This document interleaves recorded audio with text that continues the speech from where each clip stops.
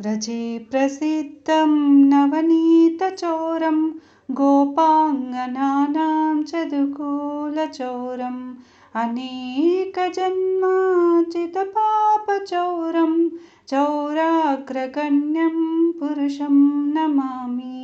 श्रीराधिकाया हृदयस्य चोरं नवाम्बुदश्यामलकान्तिचोरं पदाश्रितानां च समस्तचोरं चौराग्रगण्यं पुरुषं नमामि।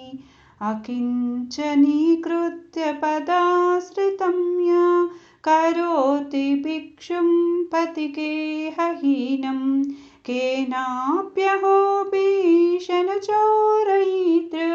दृष्टश्रुतो वा न जगत्त्रयेऽपि।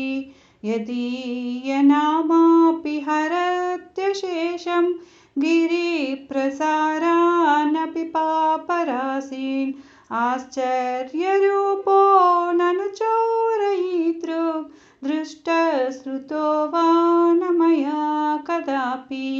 धनं च मानं च ततेन्द्रियाणि प्राणां च हृत्वा मम सर्वमेव पलायसे कृत्रतृतीयोऽत्यचोरा त्वं भक्तिदाम्नासि मया निरुद्धा।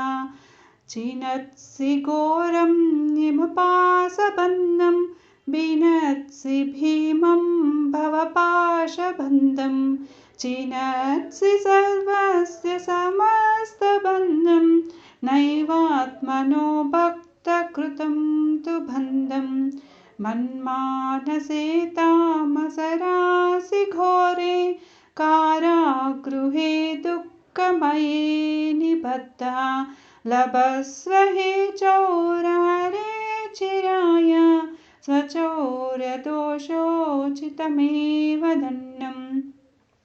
कारागृहे वस सदा हृदये मदीये मद्भक्तिपाशदृढबन्धननिश्चलसन् त्वां कृष्ण हे प्रलयकोटिशतान्तरेऽपि सर्वस्य चोरहृदयं न हि मोचयामि।